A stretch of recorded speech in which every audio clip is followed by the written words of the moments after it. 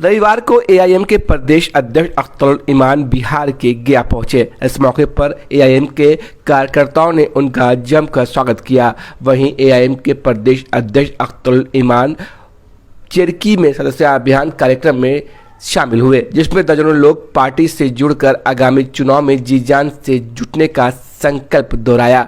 मौके पर ही नए सदस्यों का माला पहनाकर स्वागत किया गया। वहीं कार्यकर्ताओं ने अपने प्रदेश अध्यक्ष का माला पहनाकर स्वागत किया। अख्तरुल इमान ने इस मौके पर बिहार में शिक्षा नीति की दयनीय स्थिति पर गहरी चिंता व्यक्त की। उन्होंने कहा कि बिहार सरकार का हालिया फैसला, जो कि शिक्षक भर्ती के लिए डोमिसाइल की आवश्यकता नहीं है, बिहार के छात्रों के हित के खिलाफ है। वहीं बकरीद के दिन बिहार में हुई मॉब लिंचिंग की घटना पर अख्तरुल इमान नीतीश सरकार पर जमकर बरसे। उन्होंने कहा कि यह सरकार के सिस्टम का फेल्योर है। अख्तरुल इमान ने कहा कि मृतक के परिजनों को सरकार 50 लाख रुपए मुआवजा दे और दोषियों पर सख्त से सख्त कार्रवाई हो। वहीं बिहार में हुए विपक्षी दलों की बैठक पर एआईएम के प्रदेश अध्यक्ष ने तीखी प्रतिक्रिया दी। उन्होंने कहा कि बिहार के मुस्लिम लीडर को इस बैठक में शामिल नहीं किया गया, जो मुस्लिमों के खिलाफ साजिश है। अख्तरुल इमान ने कहा कि ये स्वार्थियों की जमात हो सकती है, लेकिन देश के मुद्दों पर लड़ने वाला गठबंधन नहीं। बिहार में बैठक की मेजबानी की, लेकिन यहाँ एक भी बिहार के मुस्लिम नजर नहीं आए। वहीं यूनिफॉर्म सिविल कोड पर भी अख्तरुल इमान जमकर बरसे। अख्तरुल इमान बोले, ये हमारी संस्कृति के खिलाफ है। उन्होंने कहा कि इससे हमारा फंडामेंटल राइट्स खत्म होगा। क्या कुछ कह रहे हैं अख्तरुल इमान, आपको हम सुना रहे हैं। हाँ, यकीनन हमको नहीं बुलाया जाएगा, क्योंकि इस मुल्क में दलितों को, पिछड़ों को, यहाँ पर गांधी जी ने एक लड़ाई लड़ी थी कि अछूत की, कि जिनको छूने से लोग पाक हो जाते हैं, नापाक हो जाते हैं। इस वक्त महागठबंधन के लोग हमको मलिक समझते हैं। उनको मुसलमानों का वोट चाहिए, अक़लियतों का वोट चाहिए, दलितों का वोट चाहिए, लेकिन हिस्सेदारी देने के लिए वो तैयार नहीं है। इसी डर और भय के मामले में हमको नहीं बुला रहे। मैं कह रहा हूं कि बीजेपी की हुकूमत को तख्त से उतारने के लिए, जड़ से उखाड़ने के लिए एक लार्जर अलायंस बनने की ज़रूरत है। लेकिन कुछ लोग बीजेपी को कम, मुसलमानों को दबा के रखना चाहते हैं। तो ऐसे लोगों का साथ कैसे जाया जा सकता है? हम अकेले दल बल पर नहीं, बल्कि हमारा ग्रैंड अलायंस पहले बना हुआ था, उसमें कुछ साथी हमारे साथ हैं। अगर इन लोगों ने मजबूर किया तो हमें दूसरा अलायंस बनाना पड़ेगा। लगातार जो अभी रूलिंग पार्टी है बिहार की, आप आरोप लगाते हैं कि बीजेपी की बी टीम, कोई माई का लाल है तो उसका सबूत पेश कर दे। हाथी चले बाजार, कुत्ता भूखे हजार, हम उसकी परवाह नहीं करते। और कौन लोग, जिन लोगों ने गुजरात के दंगे से पहले वो कांग्रेस जिसने मुसलमानों को कटवाया अपने पीएसी के जरिए से, वो कहेगी मुझको बी टीम। जिस नीतीश कुमार जी ने बीजेपी को, आरएसएस को दूध पिलाकर बिहार में कांटे गुरवाए, वो कहेंगे हमको बी टीम। इन लोगों को अपना चेहरा खुद आईने में देखना चाहिए।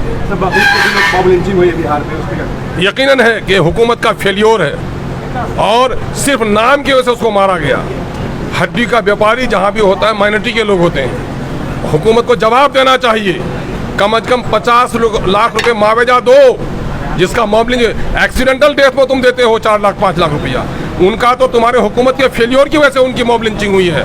तो हुकूमत कहने की अहलियत आपके दरमियान में नहीं है, इसलिए जुर्माने के तौर पर, हर जाने के तौर पर 50 लाख रुपए दो, और जिन लोगों ने मारा है उनको फांसी से कम की सजा मत दो। ये लोग बागबा भी रहे, खुद राजी रहे, सयाद भी करते रहे, कत्ल भी और सुनते रहे फरियाद भी। दोनों का दोस्त नहीं हो सकते, घर वाले का और चोर का, दोनों की दोस्ती नहीं हो सकती। ये लोग मॉब लिंचिंग के लिए आंसू भी बहाते हैं, और जो लोग मॉब लिंचर्स हैं उनका भी समर्थन करते हैं। ये दोहरा रुख नहीं चलेगा, ये दोगली पॉलिसी नहीं चलेगी।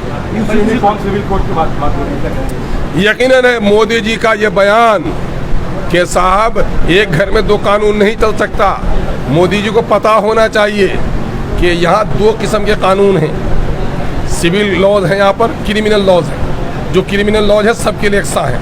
सिविल लॉ जिसमें शादी, ब्याह, आस्था, विरासत का मसला है, वो सबके अलग अलग हैं। इस देश में कई लोग बहु विवाह करते हैं, उसमें दलितों की संख्या है। कुछ लोग बड़े जानवर का भी गोश्त खाते हैं, कुछ लोग छोटे जानवर का भी गोश्त खाते हैं। सिर्फ मुसलमान ही नहीं बल्कि नॉन मुस्लिम भी बड़े जानवर का गोश्त खाते हैं। कुछ लोग हैं नॉन मुस्लिम में जो अपनी भांजी से ब्याह कर, बेटी के अपनी बहन की बेटी से ब्याह करना पवित्र काम समझते हैं। कुछ लोग हैं जो 7 नस्लों में रिश्ता नहीं होना चाहिए, वहाँ रिश्ता करते हैं। क्या मोदी जी सबको बराबर कर देंगे? मोदी जी खैर सब भाई का है, हम लोग बराबर मानते हैं, लेकिन मोदी जी, आप जितना 10 लाख रुपए का सूट पहनते आपका भाई भी पहनता क्या? आपकी तरह 10 लाख का चश्मा वो भी पहनता क्या? आप जितनी मलाईदार खाना खा रहे हैं आपका भाई भी खा पाता है क्या? एक घर सब भाई के रहने का है, लेकिन सबके ओढ़ने पहनने खाने पीने का अंदाज अलग है। माँ उसमें नहीं लड़ती, बाप उसमें बेटों में मतभेद नहीं करता। ये देश सबका है, सबको रहना है, सबके वोट की कीमत बराबर होनी है, सबके लाश की कीमत बराबर होनी है। लेकिन ओढ़ना पहनना खाना पीना शादी ब्याह, जो बरसों हमारे बुजुर्ग जो थे, क्या उनको अकल नहीं थी?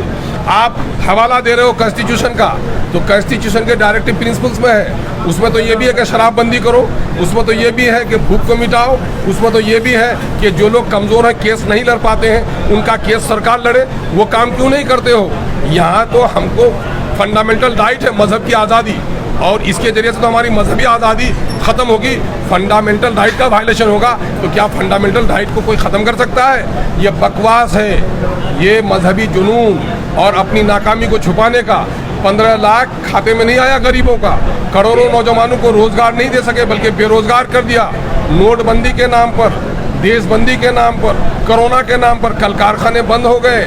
56 इंच का सीना चीन को देख के इनको पसीना आ गया। नोट की कीमत गिर गई है, पेट्रोल की कीमत बढ़ गई है, और इन तमाम तो नाकामियों को छुपाने के लिए बुनियादी मुद्दे जो हैं, बुनियादी मुद्दों से भटकाने के लिए साजिश कर रहे हैं।